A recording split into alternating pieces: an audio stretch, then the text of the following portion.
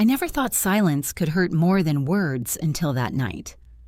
Melissa Carter looked across the dinner table at me like I was something temporary, something she had generously allowed to exist in her perfect home. My son Daniel avoided my eyes as usual. My grandson Ethan quietly pushed food around his plate, sensing the tension he didn't understand. Then Melissa leaned back in her chair and said it calm, sharp, almost proud.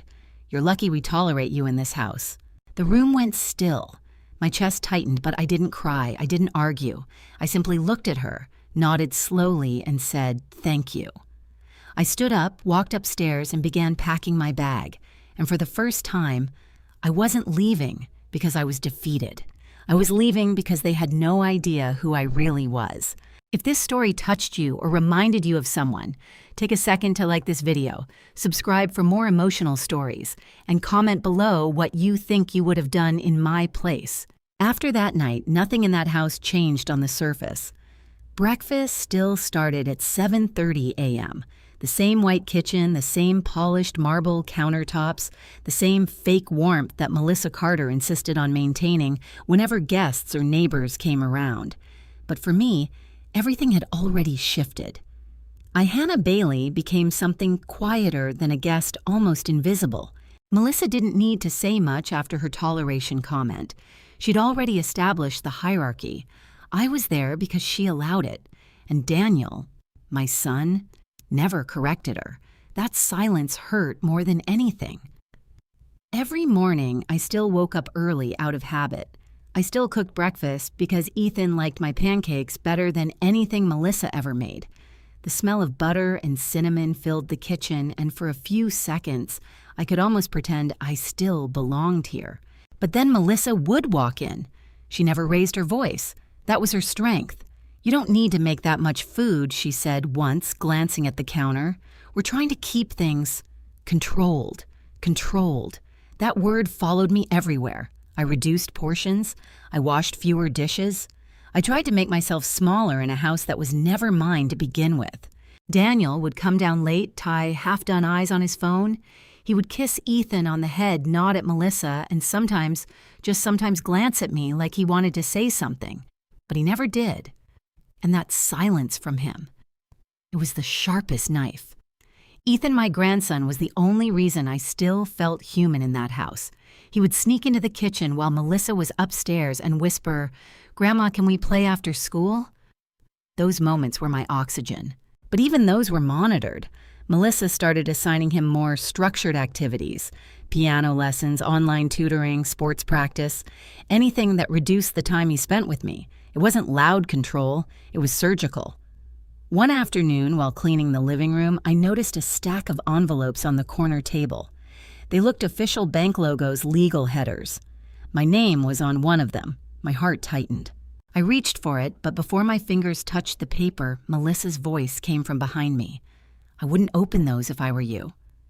I turned slowly. She was standing in the doorway, holding her phone, watching me like she already knew what I was thinking. "They're just old statements," she added casually. "Daniel handles all of that now.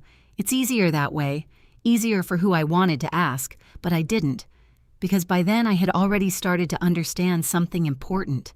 Melissa didn't just want control of the house. She wanted control of everything connected to me. That night, I overheard something I wasn't supposed to. I was passing the hallway when I heard Melissa's voice from the living room. She was speaking low, but clear enough. "It's almost done," she said, a pause. Then Daniel's voice, hesitant. "Do we really need to do all of this?" Melissa's response was calm. "She won't be here much longer anyway. This just makes things clean." I froze. My hand tightened on the wall. They were talking about me like I was a problem to be processed, something temporary, something disposable. I walked back to my room quietly and closed the door. But I didn't cry. Something inside me had already stopped breaking. It had shifted into something else, awareness. Over the next few days, I began noticing everything. How Daniel stopped bringing up my old house in conversations, how Melissa always answered phone calls outside, how certain drawers in the office were now locked, how mail addressed to me never reached my hands anymore, and how Ethan once accidentally said Mom said, "Your things will be easier to manage soon." Easier to manage. That phrase stayed in my mind like a shadow. One morning, I tried to access the small filing cabinet where I used to keep my documents, insurance papers, old deeds, personal records from before I moved in with them. It was gone, just gone. When I asked Daniel about it, he looked uncomfortable. "Mom, I think Melissa just reorganized everything. It's safer that way. Safer, again that word." I nodded slowly. "Of course," I said softly, but inside something had shifted permanently. That night, I sat alone in my room staring at a small locked jewelry box I had brought with me when I moved in. Inside, it wasn't jewelry. It was memory. Old copies of documents, a backup of my past life. And something told me very quietly that I needed to start paying attention to more than just what they were saying. I needed to understand what they were doing, because I was no longer just living in Daniel's house. I was living inside something being carefully rewritten around me, and I had a feeling. I was the part they were trying to erase first. I used to know my son. Not the version of him that lived in this house now, but the boy who used to sit on the kitchen counter at our old home in Cleveland, laughing while I burned toast because I was too busy helping him with schoolwork. The man who once told me, "Mom, I'll always take care of you." That promise felt like it belonged to someone else now. Daniel Bailey changed slowly. So slowly I almost didn't notice at first. It started with small things. He stopped calling me during the day when he was at work. Then he stopped asking for my opinion about anything related to the house. Then he stopped looking directly at me when Melissa was in the room. It was as if my presence had become conditional, allowed but only under her rules. Melissa Carter didn't just marry my son. She rearranged him. One evening, I watched Daniel sitting at the dining table with paperwork spread in front of him. Melissa stood beside him, pointing at sections, her voice calm but firm. "Just sign here," she said. "It's standard. It simplifies everything." Daniel hesitated. "Are you sure Mom doesn't need to review this?" Melissa smiled faintly. Not a warm smile, more like patience pretending to be kindness. "She already did," she said. "She agreed verbally. You're just formalizing it." I froze in the hallway. I had never agreed to anything. Daniel looked up briefly, and for a second our eyes met. There it was again, that flicker of something. Guilt, confusion, maybe even fear. But then Melissa touched his shoulder lightly, and the moment disappeared. He signed. That sound, the pen scratching paper, felt heavier than it should have. After that, Daniel became even more distant. He stopped sitting with me after dinner. He stopped asking about my day. Even when I was in the room, it was like he was somewhere else, mentally, always checking his phone, always distracted. But what hurt most was not his distance. It was his avoidance. When I tried to bring up my old house, our family home in Ohio, the one I had worked 40 years to pay off, he interrupted quickly. "Mom, Melissa is just helping organize things. You don't need to worry about it." "I'm not worried," I said softly. "I just want to understand what's happening with my property." That was the first time Melissa laughed openly at me. Not loud, not dramatic. Just a short, sharp sound. "Your property," she repeated. "Mom, Daniel handles everything now. It's easier that way." There it was again. Easier for them, not for me. That night, I couldn't sleep. I kept replaying Daniel's face when he signed those papers. He didn't look like a man in control. He looked like someone being slowly led through a maze he couldn't understand but was too afraid to stop walking. The next morning, I decided to test something. I asked Daniel directly while he was pouring coffee, "Can I see the documents you signed last week?" He paused. Just a second too long. Then he forced a smile. "Mom, it's just administrative stuff. Nothing you need to worry about." Melissa walked in at that exact moment as if she had been waiting outside the door. "Good morning," she said brightly. Then her eyes landed on me. "Are we discussing unnecessary stress again?" Daniel didn't answer. He just took a sip of coffee and looked away. That was when I understood something I didn't want to admit. Daniel wasn't just distant. He was being guided away from me, systematically, carefully, and he wasn't resisting enough. Later that day, I was cleaning Ethan's backpack when I found a folded worksheet inside. On the back, written in childish handwriting, were words that made my stomach tighten. Mom says, "Grandma's house is almost ready to be sold." I sat down slowly. The room felt suddenly too quiet. Sold. My house. I hadn't signed anything. I hadn't agreed to anything. And yet somehow conversations were happening without me that involved the life I built. When Daniel came home that evening, I tried again. "Daniel," I said calmly, "has there been any discussion about my house being sold?" He stopped in the doorway. Melissa appeared behind him almost instantly. "Where did you hear that?" she asked. Her tone was light, but her eyes were not. "I didn't hear it," I replied. "Ethan mentioned something." Daniel sighed. "Mom, you're overthinking. No one is selling anything without your permission." But the way he said it didn't reassure me. It sounded rehearsed. Melissa stepped forward slightly. "Honestly," she said, "we're just trying to simplify things for everyone. You've been through a lot. You don't need extra stress." There it was again.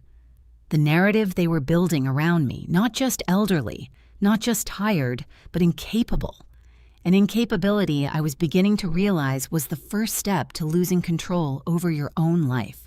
That night, I sat alone in my room and looked at the small jewelry box I had brought with me when I moved in. Inside were copies of old documents, insurance papers, property deeds, financial records, things I had quietly protected for years. I opened it carefully, and for the first time I felt something other than confusion or sadness. I felt clarity, because Daniel didn't look like a man who had decided to betray me. He looked like a man who had been slowly convinced that he wasn't doing anything wrong. And Melissa wasn't just controlling the house. She was rewriting what everyone believed was true, including my own son's memory of reality. I closed the box slowly, and I whispered to myself, "This is not confusion anymore. This is a plan." And somewhere deep inside me, I knew, if I didn't start acting carefully now, I might disappear from my own life without ever leaving the house. By the time I realized what was happening, it was already no longer obvious enough to fight directly. That's how Melissa Carter worked. Nothing she did was loud, nothing was dramatic. There were no screaming arguments, no clear confrontations I could point to and say, "This is abuse." Instead, it was something quieter. A slow erasure. It started with small changes around the house. One morning, I walked downstairs and noticed my coat rack had been moved from the hallway to a narrow storage closet near the garage. My shoes, always neatly placed by the entrance, were now lined up in the back corner, like they didn't belong in the main space anymore.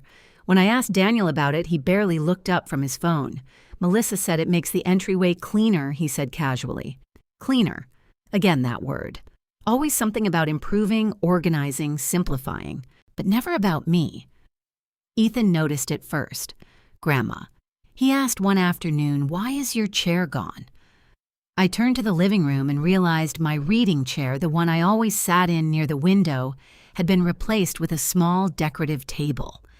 "I think they just rearranged things," I said softly. Ethan frowned, "But that was your spot." I had no answer for him, because the truth was starting to form even if I didn't want to fully accept it yet. I was being removed from the physical space of the house piece by piece, not kicked out, not forced, just repositioned until I no longer naturally fit anywhere. Melissa never said it directly, but she didn't need to. One evening, I walked into the kitchen while she was on the phone. She didn't lower her voice. "She's still here," she said, almost amused. "Yes, I know, but it's temporary." My hand froze on the doorframe.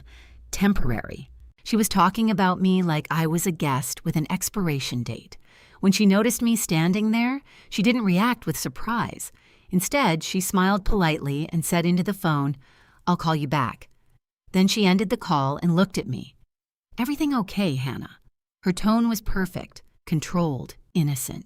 I nodded slowly and left the room, but inside me something tightened. Later that week, things escalated in ways I could no longer ignore. My personal belongings began disappearing from shared spaces. A framed photo of my late husband gone from the hallway. My teacup set moved into a high cabinet I couldn't comfortably reach. Even my mail stopped arriving in the kitchen tray where it used to be placed. Instead, Daniel would say, "Oh, I think Melissa sorted it already." Sorted. As if my life was paperwork to be filed away. The most painful change wasn't what was taken from the house. It was what was taken from how people treated me inside it. One evening at dinner, I tried speaking about something simple, Ethan's school project. Daniel smiled politely but didn't respond. Melissa cut in immediately. "We've already handled that with his tutor," she said. I tried again. "I could help him if he wants." Melissa interrupted again, not even raising her voice. "That won't be necessary. We're keeping things structured." Structured. That word landed differently now. It didn't mean organized. It meant controlled. Daniel didn't look at me. Not even once. That night, I sat in my room longer than usual. The house was quiet, but it didn't feel peaceful anymore. It felt managed. Like every sound had been placed intentionally. Then I heard something that made me stop breathing. Melissa's voice faint through the hallway. "We need to finalize her status soon. It's becoming inconvenient." A pause. Then Daniel's voice. "I don't want her hurt." Melissa replied softly, "No one is hurting her. We're just making decisions that she's not capable of handling anymore." Capable. That word hit me harder than anything else. They weren't just removing me from the house. They were rewriting who I was allowed to be inside it. The next morning, I tried accessing the small filing cabinet in Daniel's home office. It used to contain shared household records, insurance documents, taxes, property files. It was locked. I tried the spare key. It didn't work. When I asked Daniel about it later, he looked uncomfortable. "Melissa changed the system," he said. "For security reasons." "For security reasons," I repeated slowly. He nodded, but he couldn't meet my eyes. That was the moment I understood something fully. Melissa wasn't just controlling access to space. She was controlling access to information. And Daniel, my son, was no longer making independent decisions in this house. He was executing them. The final shift came quietly, almost unnoticed at first. Ethan stopped being allowed to come into my room alone. "Mom said it's better if we keep things consistent," he told me almost apologetically. Consistent. No more spontaneous visits. No more quiet conversations. No more natural connection. Just structure. Just rules. Just distance. That night, I stood by the window and looked out at the quiet suburban street. From the outside, the house looked perfect. Warm lights, clean exterior, everything carefully maintained. But inside it, I could feel myself fading from the frame. Not suddenly, not violently, but deliberately. Like a photograph being edited until one person no longer appears in it. And for the first time, I asked myself a question I had avoided for too long. If I disappeared from this house tomorrow, would anyone here truly notice the difference? The answer came faster than I expected, and it terrified me more than anything Melissa had ever said. No, not anymore. The first time I truly felt fear wasn't when Melissa insulted me. It wasn't when Daniel stopped defending me. It was the morning I opened the drawer where my past was supposed to be and found nothing. Just empty space. Neatly arranged, clean, intentional. Gone. At first, I stood there thinking maybe I had moved things myself and forgotten. That thought alone frightened me more than I wanted to admit, but deep down I already knew the truth before I accepted it. Something had been taken from me, quietly. I went to the kitchen with my hands still slightly trembling and asked Daniel as calmly as I could, "Where are my documents from the old house?" He looked up from his coffee. "What documents?" "My property papers, no, insurance files, the folder I kept in the office drawer." A pause. Too long. Melissa walked in before he could answer. She always arrived at the right moment. "Oh," she said lightly, "those were getting cluttered. I had them organized where I asked." She smiled, in a safer place. Safer. Again. That word was starting to feel like a trap. I turned to Daniel. "I need to see them." He hesitated. For the first time, I saw something different in his eyes. Not just avoidance, but discomfort, like he was standing between two realities and didn't know which one he was allowed to acknowledge. "Mom," he said quietly, "Melissa is just trying to help. You've been stressed lately." "I am not stressed," I replied. "I am asking where my legal documents are." Melissa stepped closer, her voice still calm but sharper now. "Honestly, Hannah, we're trying to reduce confusion for you. You don't need to handle all that anymore. That sentence landed like a verdict. You don't need to handle that anymore. Not you can't, not you shouldn't, but something worse. You are no longer expected to." I felt something shift inside me. Not panic, not anger, recognition. That afternoon, I waited until Daniel left for work and Melissa went out for errands. Ethan was at school. For the first time in weeks, the house was completely quiet. Too quiet. I went straight to the home office. The filing cabinet was still there, but now it had a new digital lock system installed. A sleek black panel, unfamiliar and impersonal. I tried opening it anyway, denied again and again. My reflection in the glass cabinet door looked older than I remembered, not just in years, but in presence. As if the house itself was slowly editing me out of the environment I had lived in. That's when I noticed something else, a small sticky note on the desk. Daniel's handwriting, all admin access transferred per Melissa's request. My stomach tightened. Transferred, not shared, not discussed, transferred. I sat down slowly in Daniel's chair, the one I had once used freely when helping him organize bills years ago. Back then, nothing in this house belonged exclusively to anyone. Now everything had owners, and I was no longer one of them.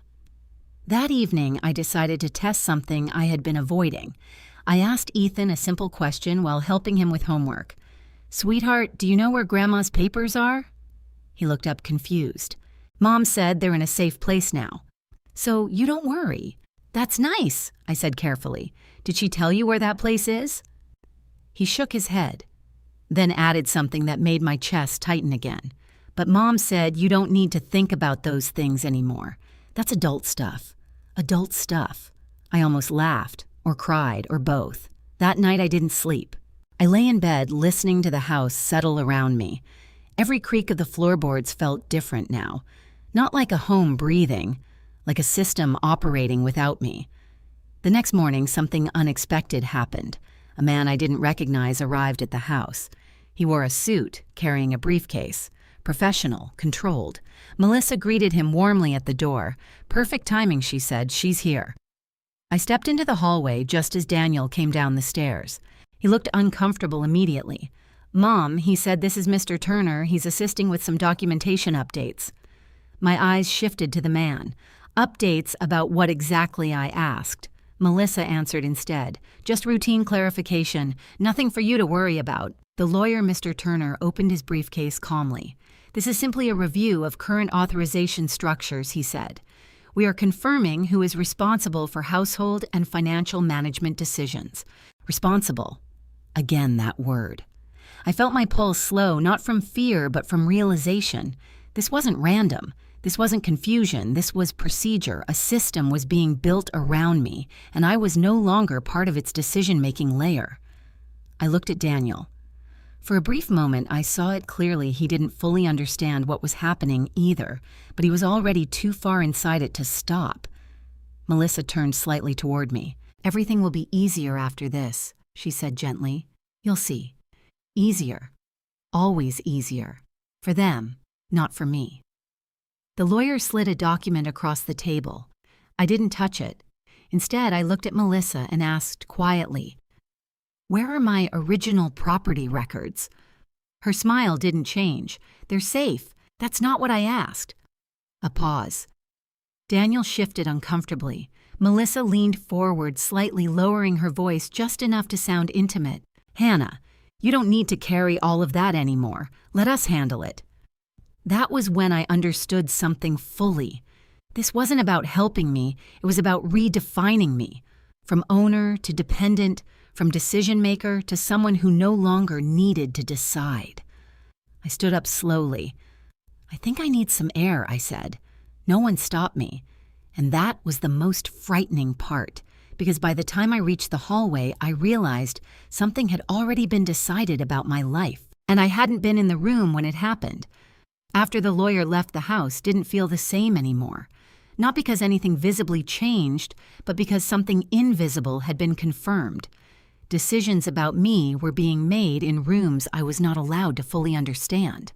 And worse, Daniel was inside those rooms. That thought stayed with me longer than anything Melissa had ever said. For the first time, I stopped reacting emotionally and started observing, quietly, carefully, like I was no longer just living in the house, but studying it. That morning, Melissa acted as if nothing unusual had happened the night before. She made coffee, checked her phone, and moved through the kitchen with the same controlled efficiency. But I noticed small things now. The way she paused when I entered a room, the way she subtly ended conversations when I got too close, the way Daniel looked at her before answering even simple questions.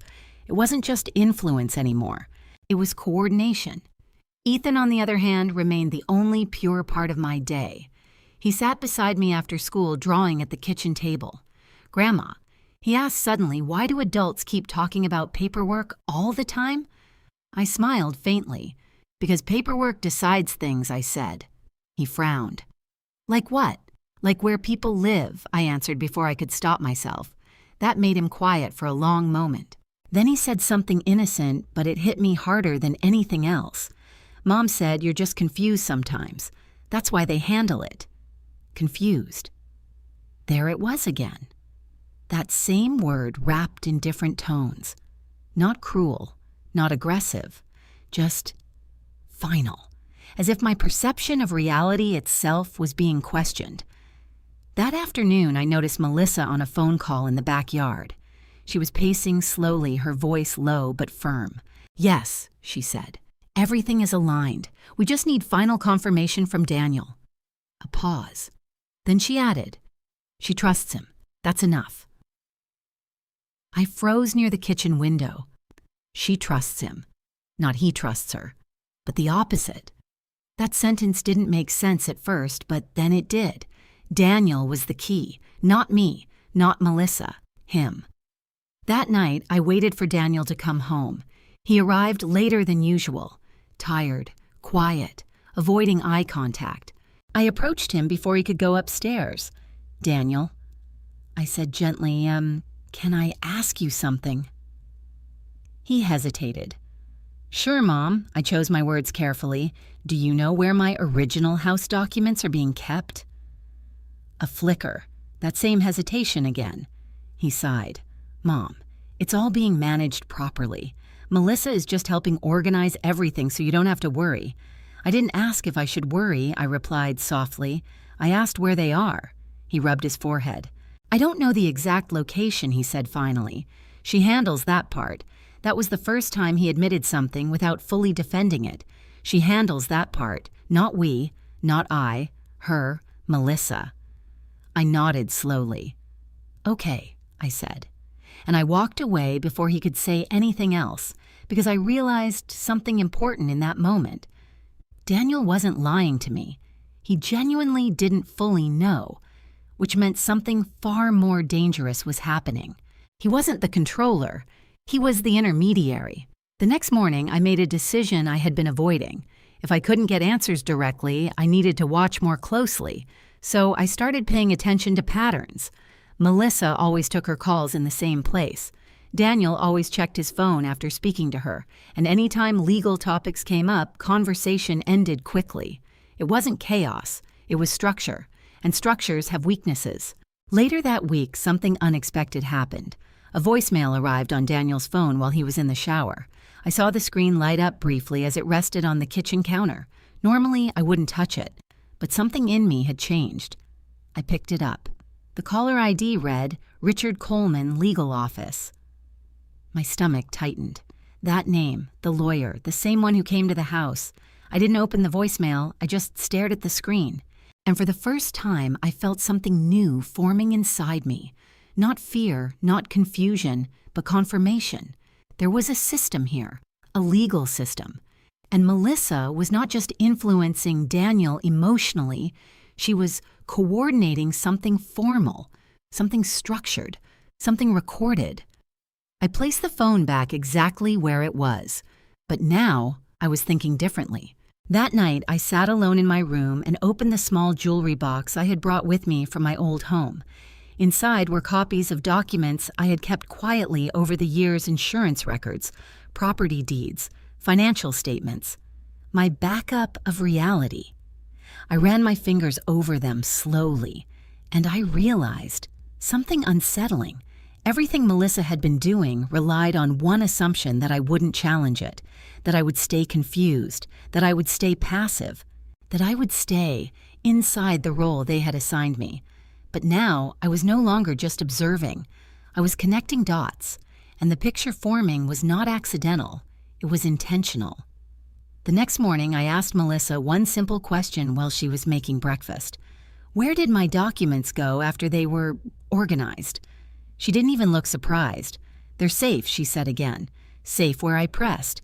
This time she finally looked at me directly and smiled. A controlled smile.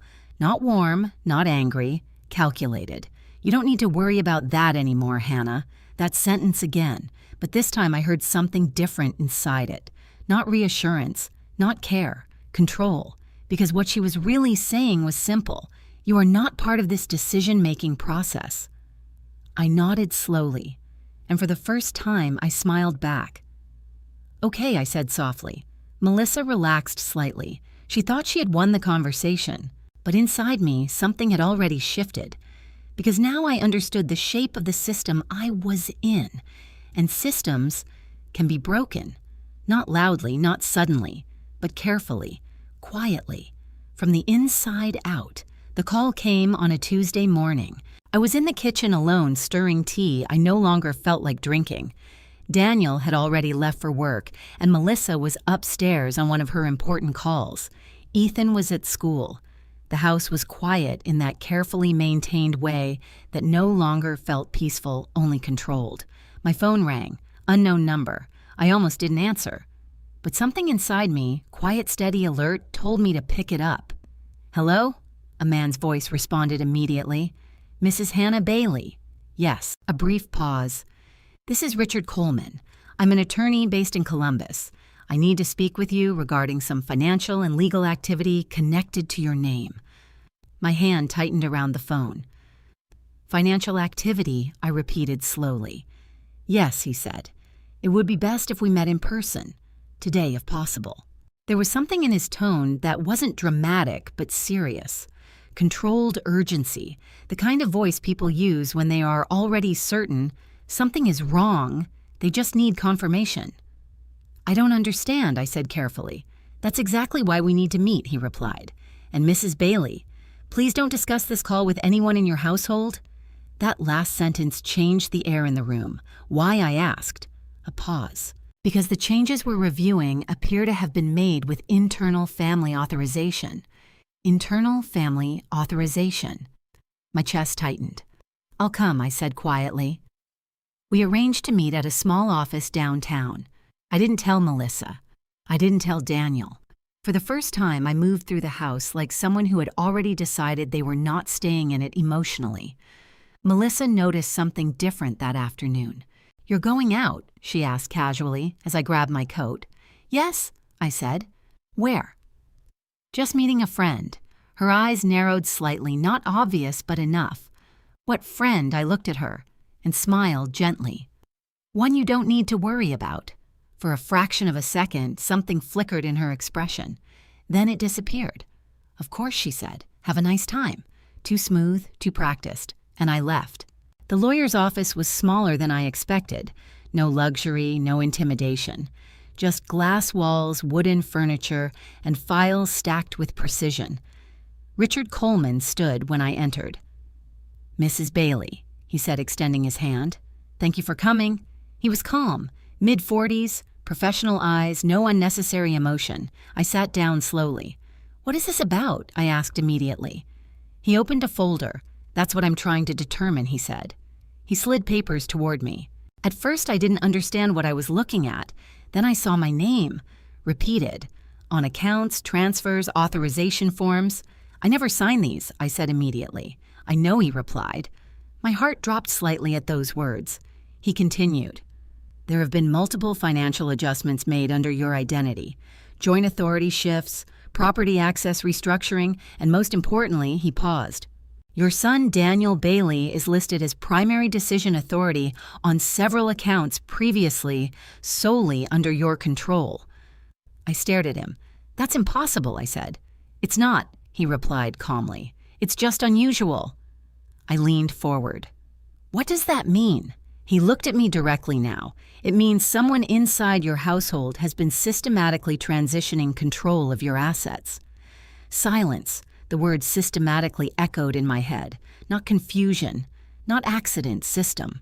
My voice lowered. Daniel wouldn't do that without understanding. Richard hesitated slightly before answering. I don't believe Daniel is the primary architect of these changes. That sentence hit harder than I expected. Then who is, I asked? He flipped another page and pointed. Melissa Carter. The room felt colder. She is your daughter-in-law, he asked. I nodded slowly.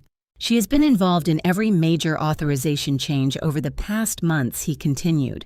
Some signatures appear to have been influenced or submitted through indirect consent channels. I swallowed. Indirect? She may have leveraged your son's access and trust to facilitate approvals. I sat back slowly in the chair. For a moment I didn't speak, not because I didn't understand, but because I was starting to understand too clearly. Daniel wasn't the enemy. He was the pathway, Richard continued carefully. There is one more issue. My eyes lifted. He hesitated, then said, Your original property in Ohio, there are indications it has been prepared for transfer or sale review. I felt something inside me tighten sharply. No, I said immediately. That house is mine. I understand, he replied. But legally there are documents suggesting otherwise being prepared for execution. Execution, not discussion, not consideration. Execution. I stood up slightly. Show me everything, I said. He nodded. And that was the moment I realized my life inside that house had not been unraveling randomly. It had been rewritten on paper long before I noticed it in reality. When I left the office, the world outside felt too normal. People walking, cars passing, life continuing as if nothing was collapsing behind closed doors. But inside me, something had already shifted permanently. This was no longer about disrespect, no longer about emotional cruelty. This was structure, documentation, legal framing. Melissa hadn't just been controlling a household. She had been building an argument about my life without me in the room. That night, I returned home later than usual. Melissa was waiting in the kitchen. Not angry, not suspicious. Just present. Nice outing, she asked casually. Yes, I said. Daniel arrived shortly after. He looked tired, avoidant, as always. But tonight, I looked at him differently, because now I knew something he didn't. Or maybe, something he wasn't allowed to fully understand yet. Melissa smiled lightly. You look pale, Hannah. Everything okay? I looked at her, and for the first time, I didn't immediately step away from her gaze. I met someone today, I said calmly. A pause. Daniel looked up slightly. Melissa's expression didn't change. Oh, she said. Yes, I continued. A lawyer. The silence that followed was immediate, not loud, but absolute, and in that silence, I saw it. Just for a fraction of a second, Melissa's control didn't slip, but it adjusted, like a system recalculating, and I realized something very clearly. This was no longer about what they had already done. It was about what they would do next, now that they knew I was no longer unaware. The moment I said the word lawyer, the air in the kitchen changed, but not the way I expected. Melissa Carter didn't panic. She didn't raise her voice. She didn't even look surprised for more than a second. Instead, she smiled, not warmly, not nervously, but like someone who had already prepared for that exact sentence to be spoken. Oh, she said softly, placing her phone down on the counter. You've started talking to lawyers now. Daniel froze halfway through taking off his jacket. Mom, he said carefully, looking between us. I watched him. Not Melissa. Him. because for the first time I wasn't just trying to understand what was happening. I was trying to understand how long it had been happening without me realizing it. "Yes," I said calmly. "I met Richard Coleman today." That name landed differently on Daniel. I saw it immediately, a tightening in his jaw, a hesitation in his breath. Melissa noticed too, but she reacted first. "Richard Coleman," she repeated lightly. "That's interesting. Too interesting. That was not curiosity. That was recognition." I stepped closer to the kitchen table. He showed me documents. I continued. My name, my accounts, transfers I never approved. Daniel's face changed slightly. Not guilt, confusion. Like someone hearing fragments of a conversation they were not fully included in. "That doesn't make sense," he said quickly. "Mom, I didn't say you did it," I interrupted gently. Silence. For the first time, Daniel didn't respond immediately. Melissa walked slowly around the counter and leaned against it, folding her arms. "Let's not jump to conclusions," she said. "There are always administrative explanations for these things." Administrative. Again. She kept everything wrapped in soft language. Never theft, never control, always procedure. I looked at her directly. "You've been involved in my financial changes," I said. A pause. Not denial, not shock, just a small shift in her posture. "That's a serious accusation," she replied calmly. "I didn't move. I didn't accuse you," I said. "I observed you." That made her smile fade slightly, not disappear, just thin out. Daniel finally spoke again, quieter this time. "Mom, what exactly did the lawyer say?" I turned to him. This was the moment I had been waiting for without realizing it. Not confrontation, clarification. He said I replied slowly that you have been listed as primary decision authority over my accounts. Daniel blinked. "What I didn't understand it either at first," I admitted, "but your name appears on things I never agreed to." He shook his head immediately. "No, I didn't sign anything like that without you knowing." Melissa stepped in instantly. "That's not how it works," she said gently. "These systems involve combined household authorization." Daniel wouldn't need to fully understand every technical step. There it was. The shift. Not denial of facts, redirection of meaning. Daniel looked at her. "Melissa, what does that mean?" She smiled softly. "It means you were just helping simplify your mother's accounts." The word simplify hit me harder than I expected, because I suddenly saw it. The pattern. Everything had been simplified. My mail, my access, my conversations, my presence, even my role in my own family. Daniel looked uncomfortable now. "Mom," he said again, "I would never take anything from you." "I know," I said quietly, and I meant it. That's what made this worse. He didn't feel like someone who had taken. He felt like someone who had been guided into taking. Melissa watched both of us carefully. Then she said something that changed the temperature of the room. "You're very overwhelmed lately, Hannah. Not aggressive, not insulting, clinical, observational, like a diagnosis." I felt something shift inside me. Not anger, clarity, because now I understood her strategy more clearly. She wasn't attacking me. She was redefining how I was allowed to perceive reality. Daniel looked between us again. "I think we need to review everything properly," he said slowly. Melissa nodded immediately. "Of course," she said. "We already are. Already." As if the process was never waiting for permission. That night, I couldn't sleep. I sat in my room with the door locked for the first time since moving in. The house was quiet. Too quiet. And in that silence, I replayed everything Richard Coleman had shown me. My name on documents I didn't recognize. Financial authority shifts I never agreed to. Legal structures I had never been informed about. But more disturbing than that was what he said next. Someone inside your household is systematically transitioning control. Systematically, that word again. Not emotional, not accidental. Systematic. I opened the small jewelry box I kept hidden in my drawer. Inside were copies of my original documents from years ago, proof of ownership, bank statements, old signatures. My real life. Not the rewritten version they were building around me. And I realized something that made my stomach tighten. Melissa didn't need to steal everything at once. She only needed to make each small change look harmless. A signature here, a permission there, a simplification, a correction, an improvement, until nothing was left untouched, until even Daniel believed it was normal.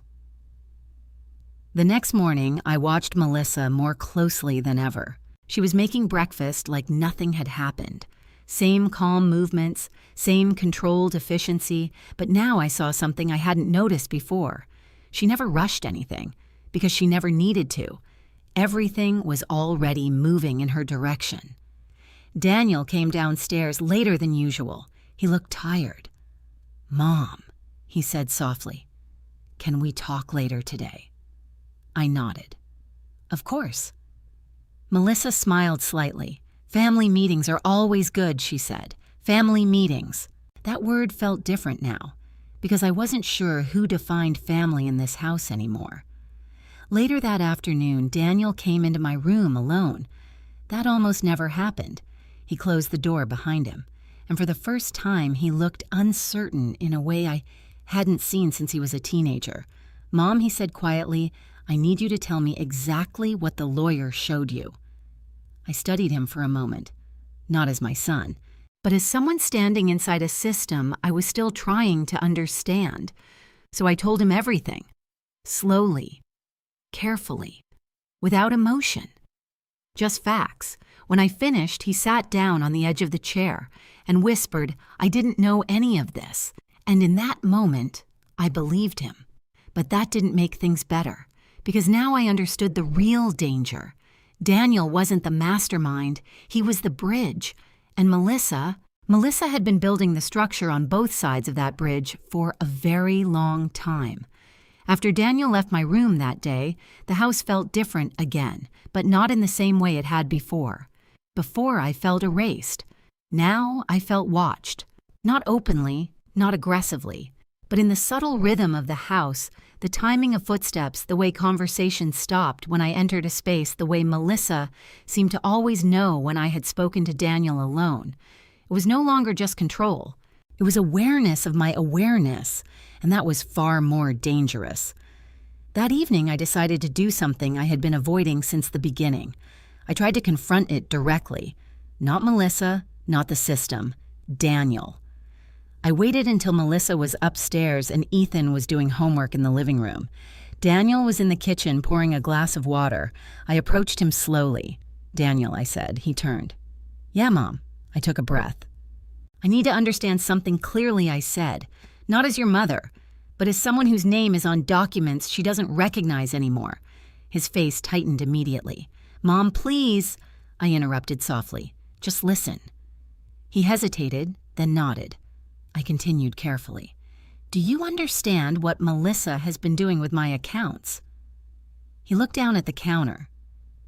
"I don't think she's doing anything wrong," he said.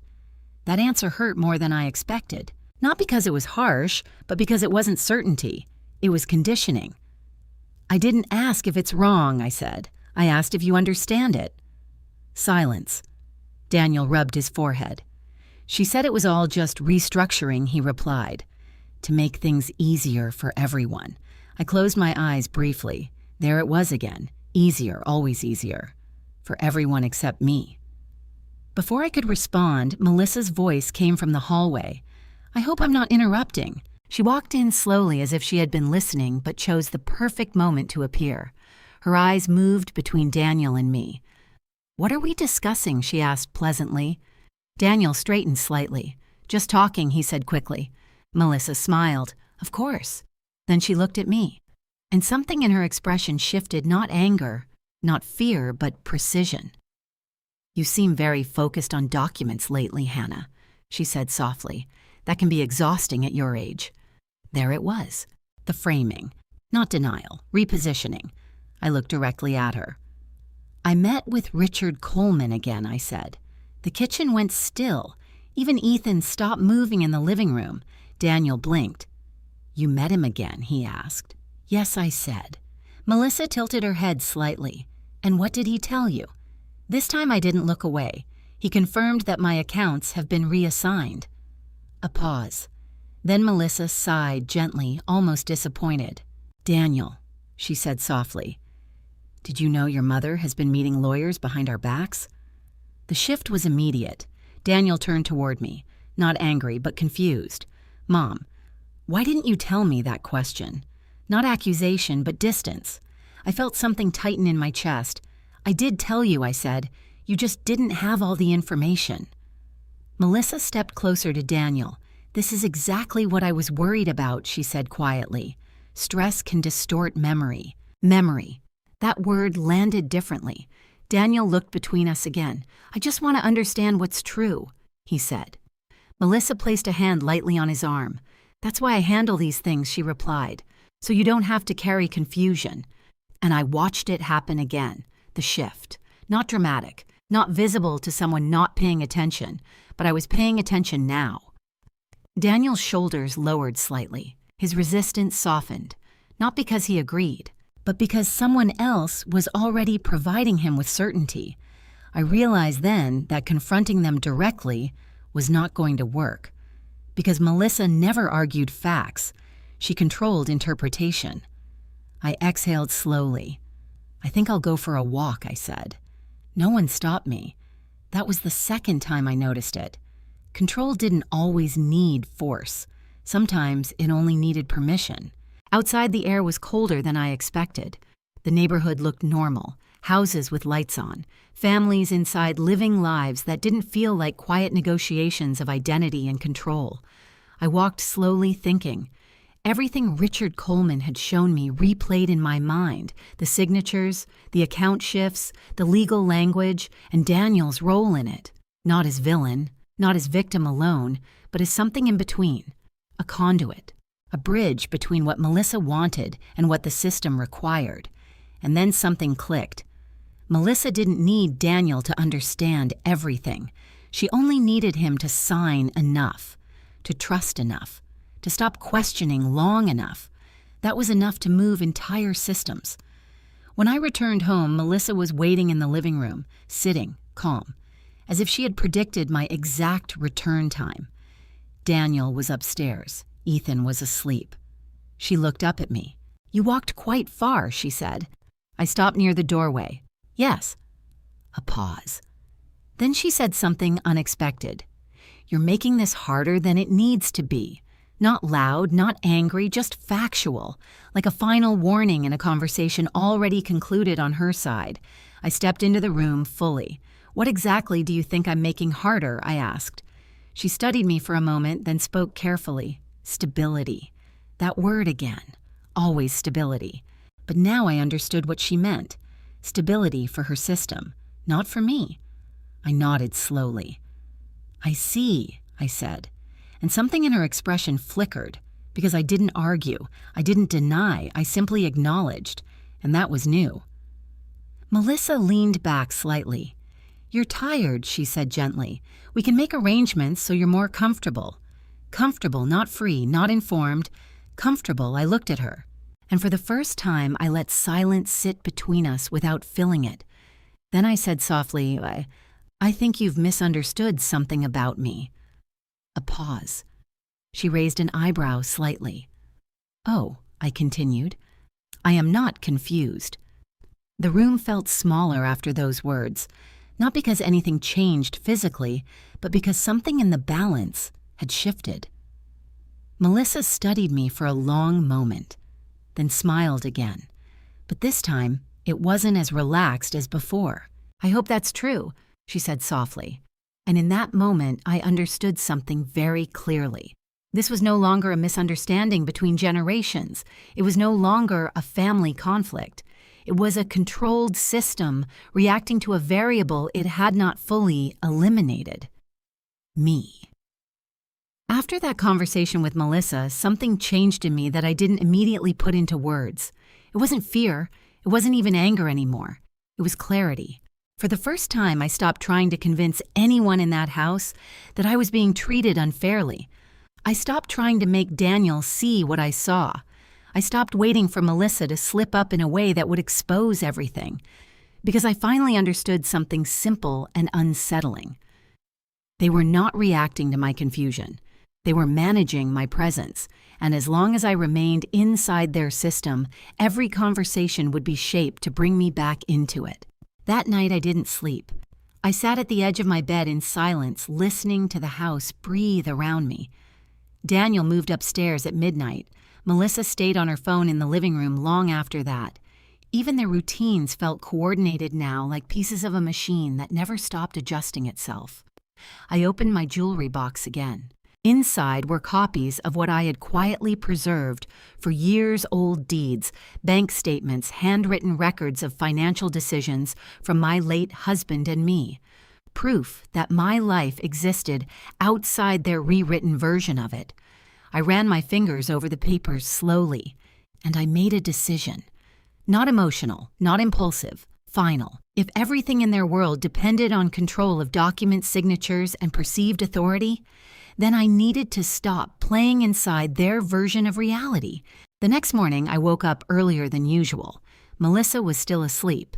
Daniel had already left for work. Ethan was getting ready for school.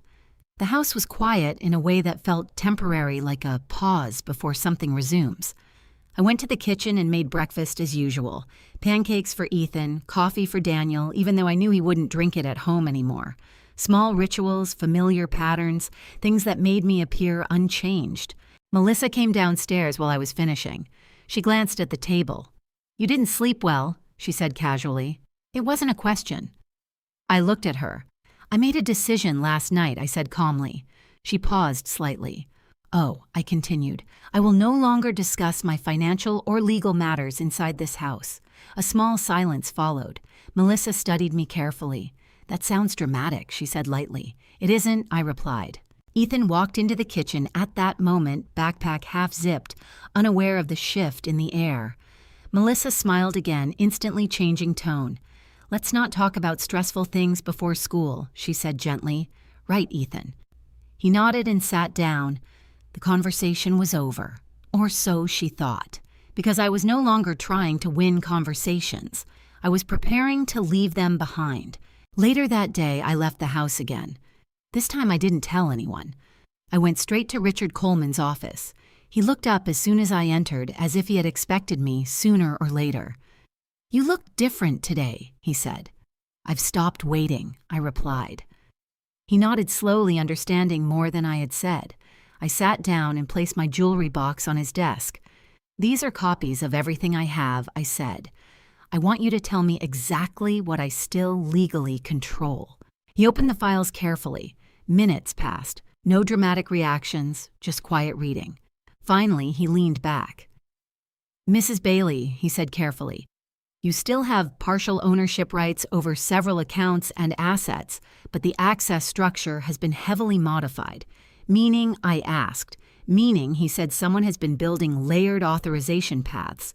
You are still technically present in the system, but functionally blocked from direct control. I nodded slowly. So I exist, but I cannot act. He studied me. That's one way to put it. Another silence. Then I asked the question I had been avoiding since this began. Can I reverse it? He didn't answer immediately. That pause told me everything I needed to know. Finally, he said yes, but not from inside the current structure. That sentence changed everything, not from inside, which meant I had been trying to fix something while still standing inside the system that was restricting me. I exhaled slowly. "What do I need to do?" I asked. Richard closed the folder gently. "You need to step outside of it entirely," he said, "legally and practically. Otherwise, every action you take will continue to be filtered through the same control channels. Step outside. Not fight harder, not argue more. Leave the structure itself." When I left his office, I walked slower than usual. Not because I was confused, but because something had finally become simple. For weeks, I had been trying to prove I was still inside my own life. Now I understood something different. I didn't need to prove anything. I needed to remove myself from their version of access to me. That evening, I returned home as if nothing had changed. Melissa greeted me the same way as always. Daniel avoided eye contact as always. Ethan ran up and hugged me as always. But I saw it differently now. All of it. Because I understood the pattern underneath it. That night, after everyone had gone to their rooms, I packed a small bag. Not everything, just enough. Clothes, documents, copies of everything I might need. I stood in front of the mirror for a long time before leaving my room, not because I was uncertain, but because I was crossing a line that could not be uncrossed easily. I whispered to myself, I am not disappearing. I am repositioning myself. Then I turned off the light, and for the first time since moving into that house, I stopped acting like I was staying. The bag I packed was small, but what I carried inside it felt heavier than anything in that house had ever made me feel. Not because of clothes or personal items, but because of what I had chosen to take with me. Proof. Copies of documents, old deeds, financial records, and Richard Coleman's printed notes with highlighted sections that changed how I saw everything. I wasn't leaving as a defeated woman anymore. I was leaving as someone who finally understood the shape of the system around her. The house was quiet that evening. Daniel had not come home yet. Melissa was upstairs on a call. Ethan was watching television in the living room, his laughter occasionally breaking through the silence like something innocent that didn't belong to the tension building underneath it. I moved carefully through the hallway, not hiding, not rushing, just deliberate. Every step felt like I was removing myself from a version of life that had been slowly rewritten without my consent. I stopped briefly in the kitchen. My hand hovered over the table where I had cooked thousands of meals in silence. Meals that no one truly appreciated anymore. Meals that had become background noise in a house that had already decided I was temporary. I exhaled slowly. Then I picked up my bag. That was the moment Daniel walked in. He froze at the entrance. "Mom," he said. His voice wasn't angry. It wasn't calm either. It was uncertain, like he could sense something had already moved past the point of easy repair. Melissa appeared at the top of the stairs almost instantly. Of course she did. She always appeared at the right time. "What's going on?" she asked, her tone smooth, controlled. I looked at Daniel first. Not her. "I'm leaving for a while," I said simply. Daniel stepped forward. "Leaving where I need space," I replied. Melissa descended slowly. "Space from what exactly?" she asked softly. I turned toward her now, from decisions I was never included in. A pause. The air tightened. Daniel looked between us.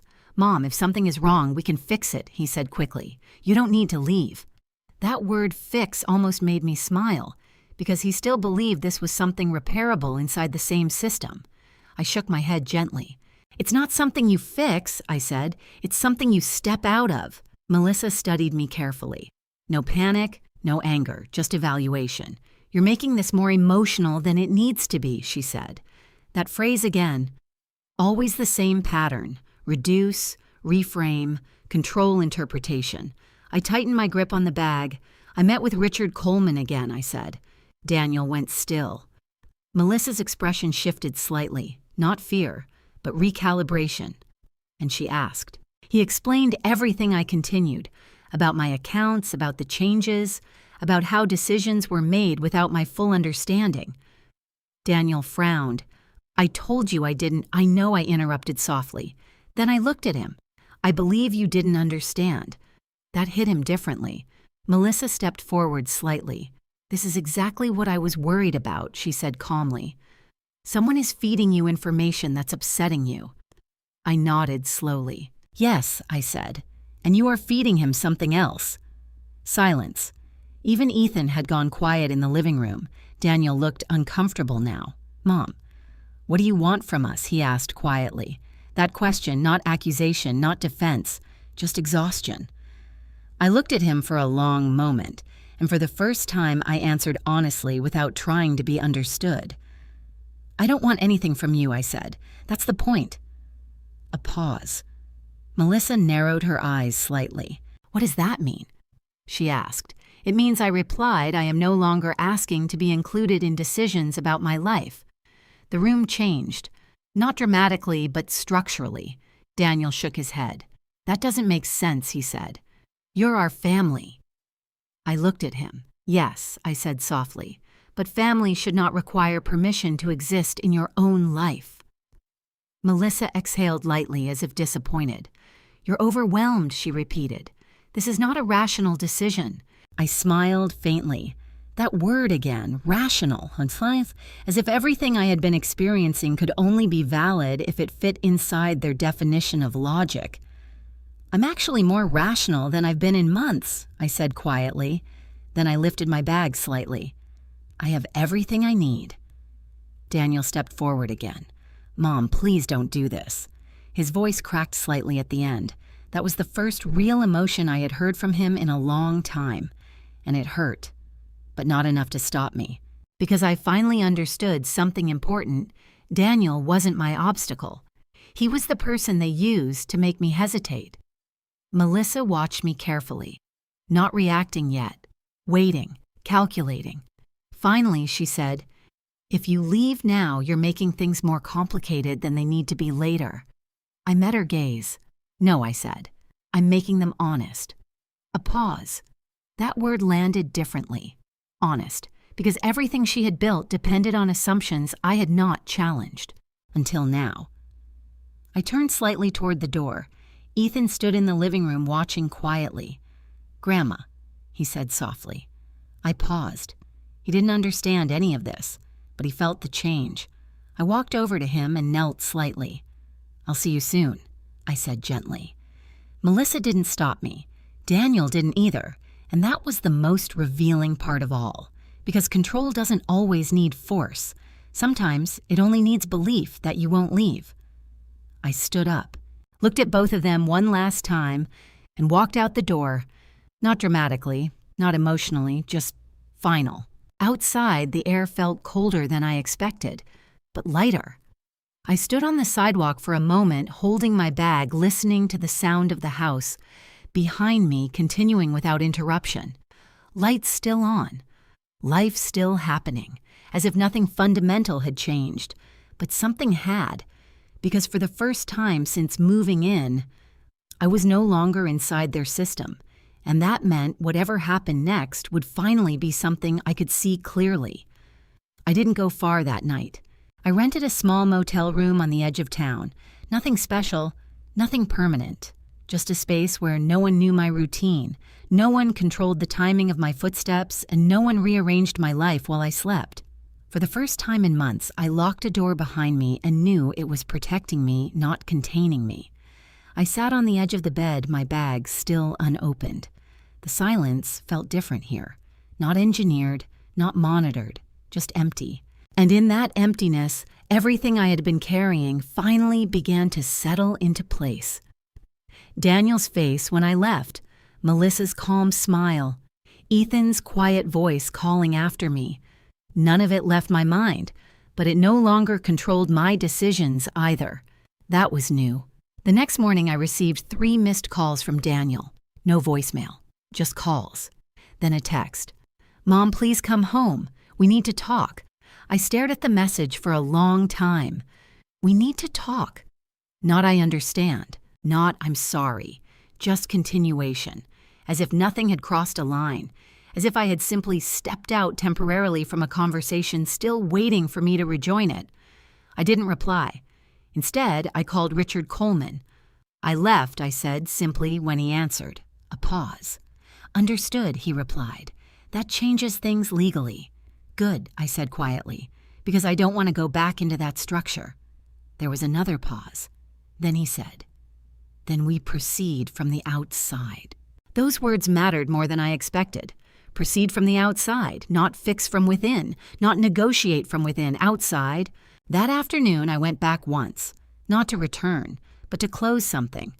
I parked a few streets away and walked toward the house slowly. It looked the same.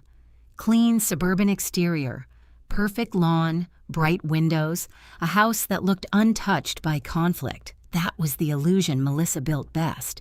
Inside, however, I knew something was shifting. I rang the doorbell.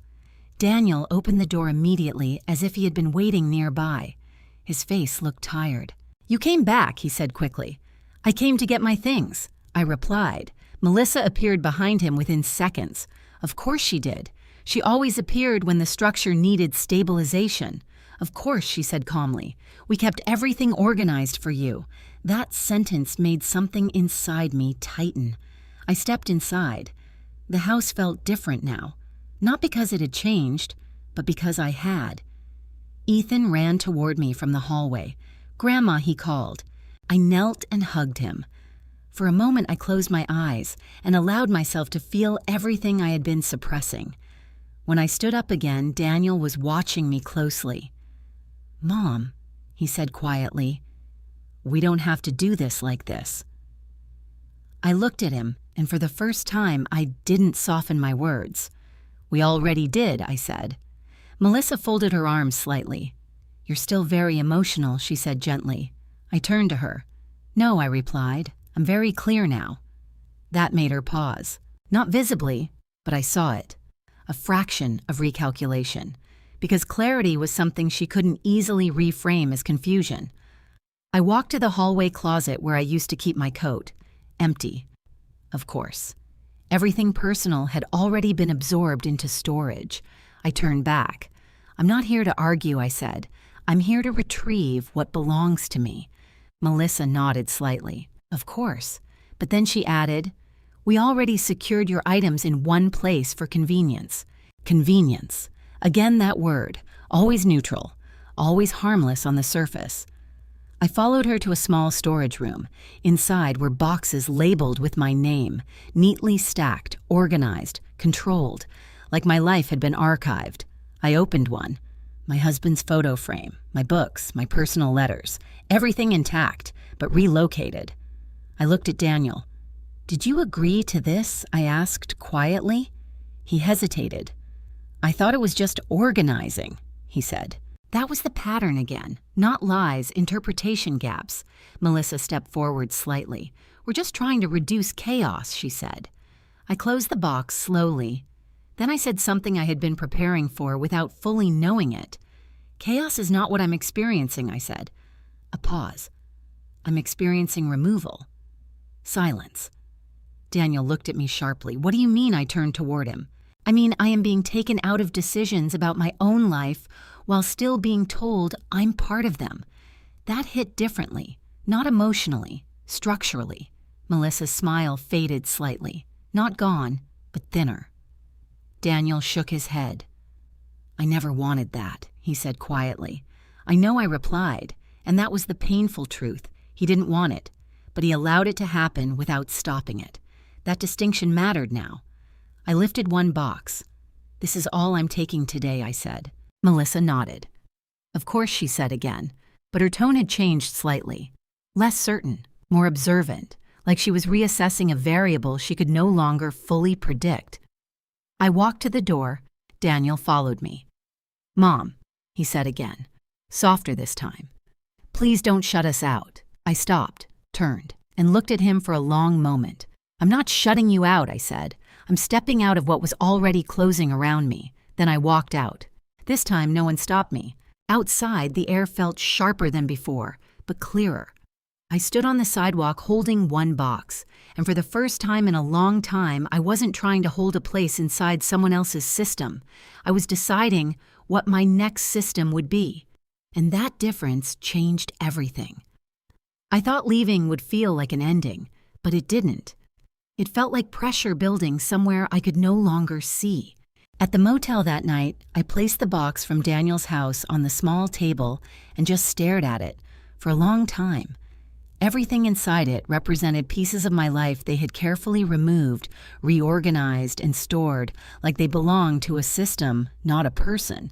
And now, I had them back. But something else was happening. My phone started ringing again. Daniel, then Melissa, then Daniel again. I didn't answer. Instead, I watched the screen light up repeatedly like a rhythm I had once lived inside, but was no longer obligated to follow. Finally, a message came through from Daniel. "Mom, something is wrong with the bank accounts. Please call me." I froze. Bank accounts. That phrase didn't feel emotional anymore. It felt procedural. I called Richard Coleman immediately.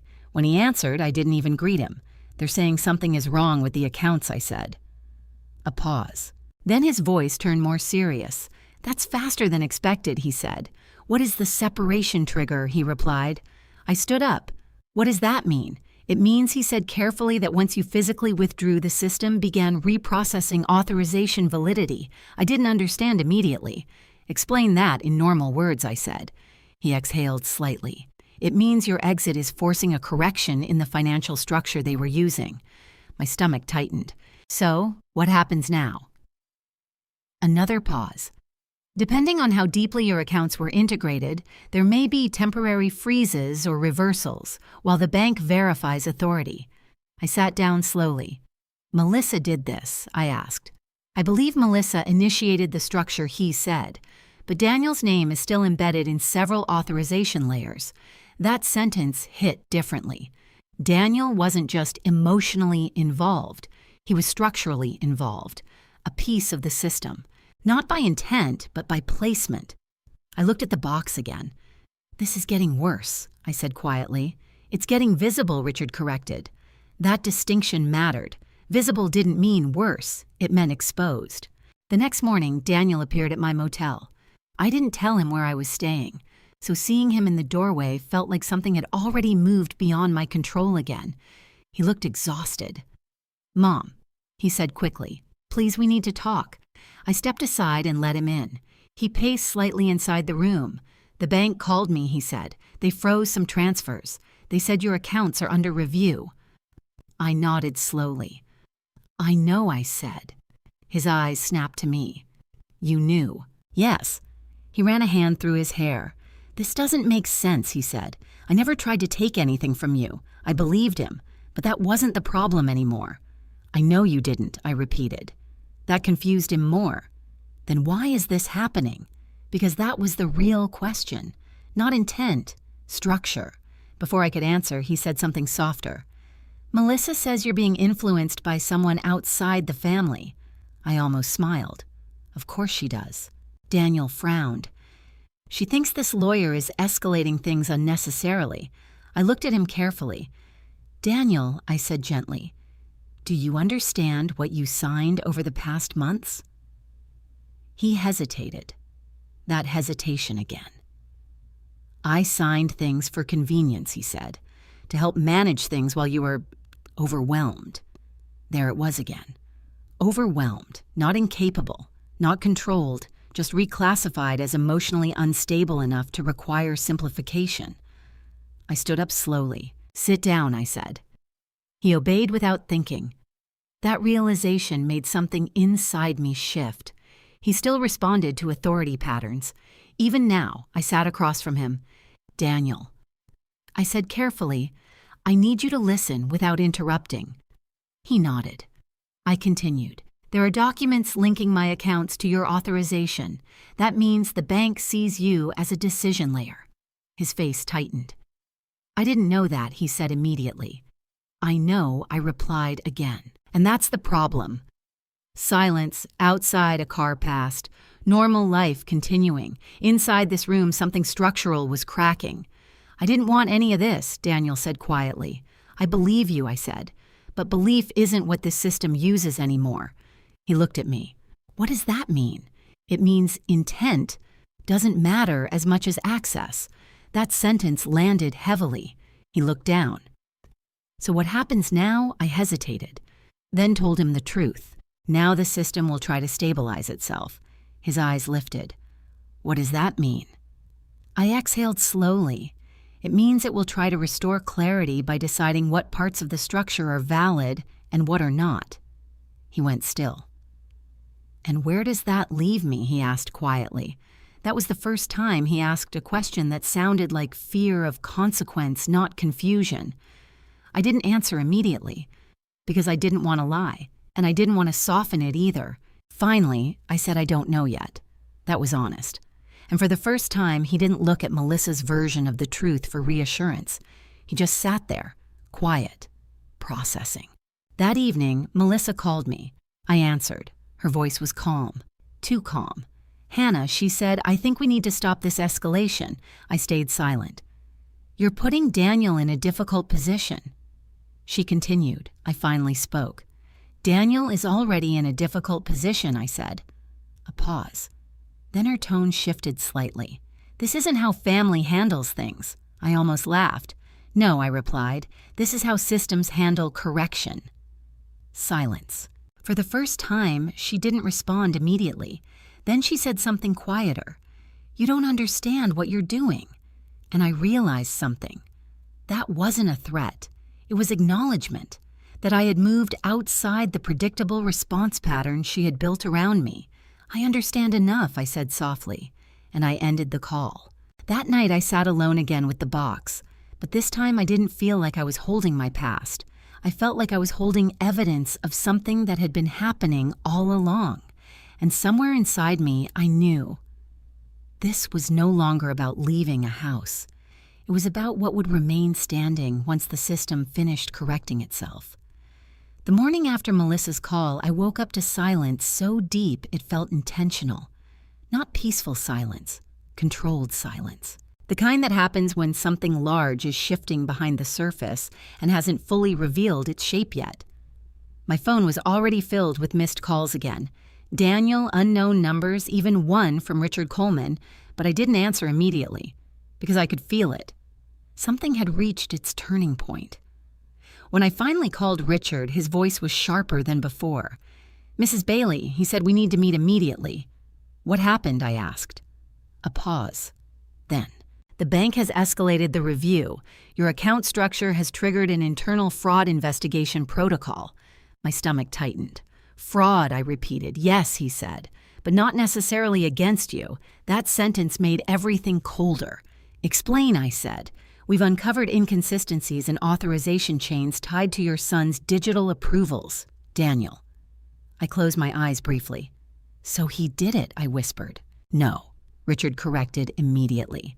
"He authorized things without full comprehension of their legal implications. But someone constructed the pathway. Melissa."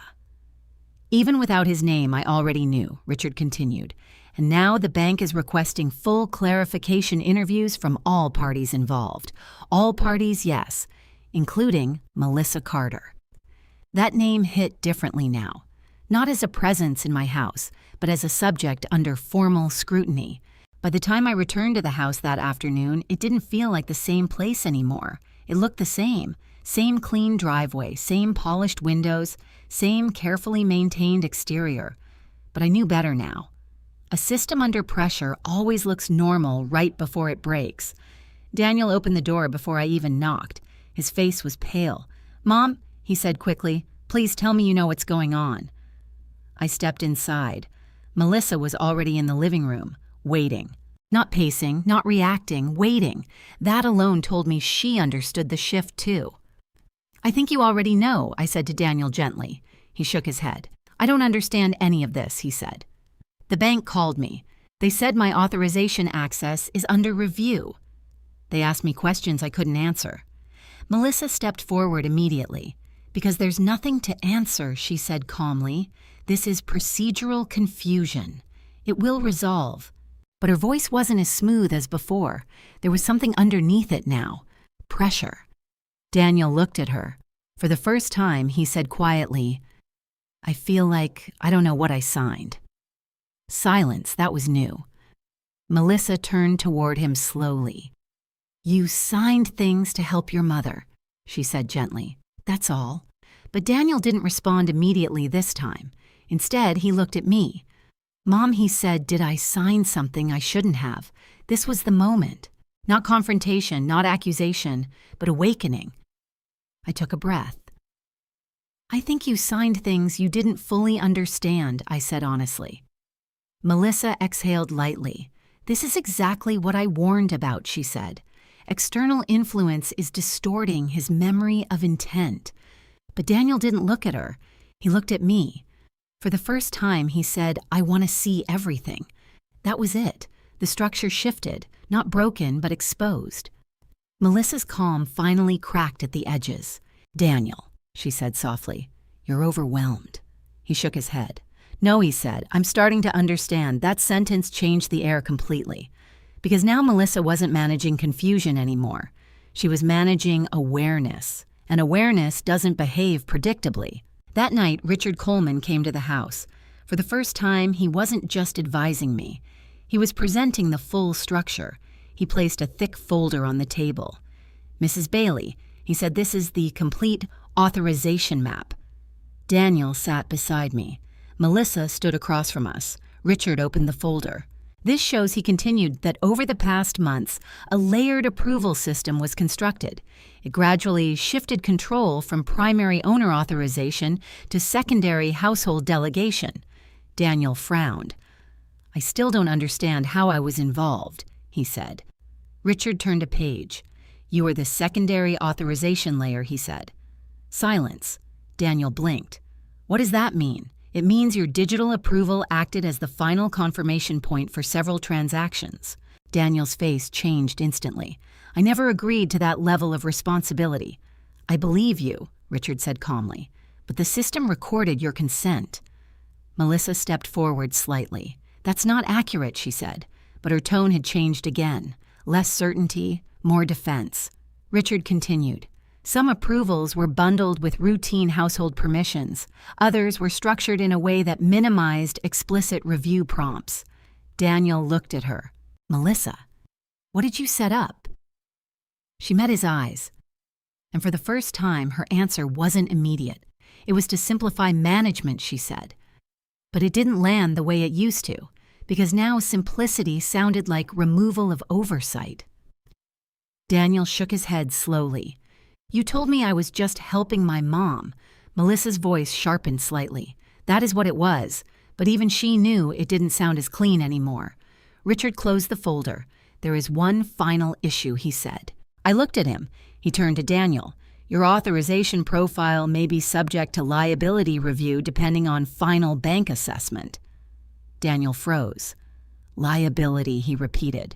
Yes, Richard said, because legally your approvals were binding. The room went completely still. Melissa finally lost composure, not dramatically, but visibly. This is unnecessary escalation, she said quickly. But no one responded immediately, because now the system she built was no longer interpreting her intent. It was interpreting outcomes. Daniel stood up slowly. I didn't understand any of this, he said again. But this time it wasn't a defense. It was realization. He looked at Melissa. Did you know this could happen, Silence? That silence said everything. Melissa finally spoke. I was protecting this family, but it didn't sound like protection anymore. It sounded like justification. And Daniel heard the difference. So did I. That night, after everything was documented and reviewed, the house felt different again, not calmer, not louder, just exposed. Daniel sat alone in the kitchen for a long time. Melissa stayed upstairs. I stood in the hallway watching him. He finally looked up at me. I didn't want to hurt you, he said quietly. I know, I replied, but intent isn't what this system measures anymore, I added gently. He closed his eyes. For the first time, he wasn't trying to explain. He was trying to understand the weight of what had already been set in motion. And Melissa had finally become something else entirely. Not the controller, not the protector, but a participant in a system that no longer responded to her interpretation. And I realized then the truth wasn't just unfolding, it was reorganizing everything it touched. The house was quiet the next morning in a way that no longer felt controlled.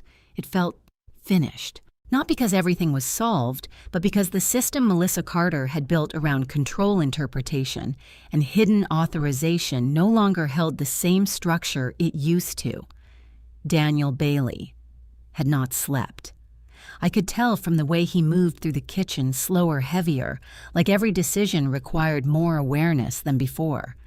Melissa stood near the counter, still composed, but the tension around her calmness was now visible if you knew where to look. Richard Coleman arrived just after sunrise, no longer as an outsider, now as the one holding the full map of everything that had been hidden. He placed a final document folder on the table. This concludes the review phase, he said quietly. Daniel looked up immediately. Concludes, he asked. Richard nodded. For now, the financial institution has frozen all contested authorization pathways, pending final legal determination. That includes secondary access structures linked to your approvals. Daniel swallowed. I don't even know what that means anymore, he said honestly. For the first time, there was no defensiveness in his voice, only exhaustion. Melissa finally spoke. "So what happens now?" she asked. But even she sounded different. Less control, more calculation. Richard looked at both of them. "Now the system stabilizes," he said, "but without the layered permissions that were previously active." A pause. Then he added something that changed the tone completely. "An individual responsibility becomes visible." That sentence landed heavily. Visible. Not hidden, not distributed. Visible. Daniel looked at me, and for the first time since all of this began, I didn't see confusion in his eyes. I saw understanding forming slowly. Not of everything, but enough. "I didn't realize," he started. I stopped him gently. "I know," I said. That was the first real moment of release between us. Not forgiveness, not resolution, but recognition without distortion. Melissa stepped back slightly, leaning against the counter. Her voice when she spoke was quieter than usual. "I was trying to protect stability in this household," she said again. But this time it didn't sound like conviction. It sounded like someone repeating a justification that no longer holds weight in the room it was spoken in. Daniel turned toward her by doing what he asked softly. Silence. And for the first time, Melissa didn't immediately redirect. That silence was the most honest thing she had offered since I moved into that house. Later that day, Daniel asked to speak with me alone. We sat in the living room, the same space where so many conversations had been redirected, interrupted or softened into something unrecognizable. This time there was no interference, no structure managing the outcome, just us. He looked older than I remembered, not physically, emotionally. "I don't know how I let this happen," he said quietly. I didn't answer immediately, because the truth wasn't simple enough for comfort. "You didn't let it happen alone," I said gently. "It was built slowly, in pieces you were told were harmless." He nodded slowly. "I thought I was helping you," he said. "I know," I replied, a pause. Then he asked the question that mattered most. "Can you ever trust me again?" I looked at him for a long time, not as someone who had failed, but as someone who had been positioned inside something larger than his awareness. "I don't know," I said honestly, "but I know you didn't choose what this became fully aware of." He closed his eyes. That acknowledgement seemed to hurt more than blame would have, because blame is simple. Understanding is heavier. Melissa left the house that evening. No dramatic confrontation, no final argument, just a quiet exit that felt less like defeat and more like the end of a structure that no longer functioned the way it was designed to. Before she left, she looked at me, for the first time without a layer of control in her expression. "I never wanted to harm you," she said quietly. I nodded once. "I believe you," I replied, but I also added something else. "But control can still hurt people even when it feels logical." She didn't respond, not because she disagreed, but because there was nothing left in the system to reframe it with. Then she left, and the door closed. Days passed differently after that, not faster, not slower, just unstructured. Daniel began rebuilding his understanding of what had happened, not through defense, but through reflection. Ethan started asking more questions again, questions I answered without the weight of hidden interpretation behind them. And I stopped waiting for permission to exist fully inside my own life. Richard called one final time. "Your accounts are fully restored to independent primary control," he said. Meaning I asked, meaning no secondary authorization layers remain active. I understood what he was really saying. The structure was gone, not repaired, removed. One afternoon, Daniel sat beside me on the porch. He didn't ask for forgiveness again. Instead, he said something different. "I want to learn how to understand things better," he said.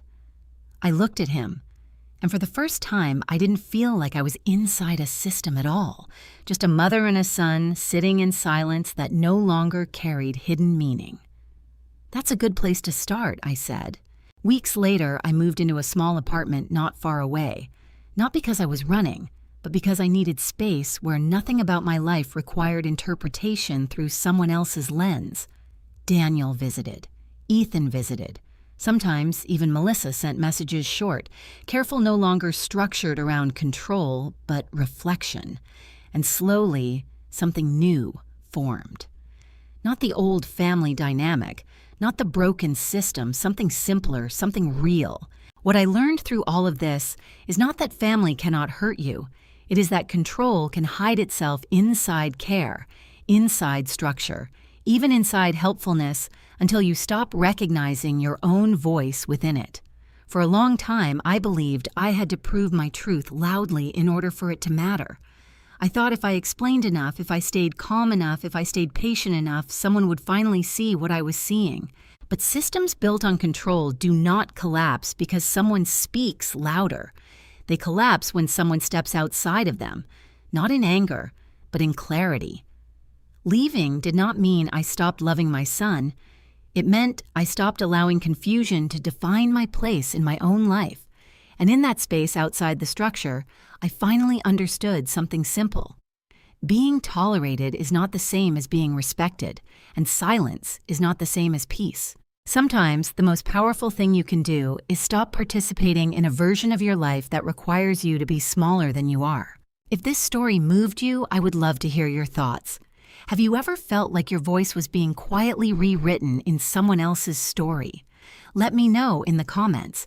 And if you enjoy emotional storytelling like this, please consider subscribing for more.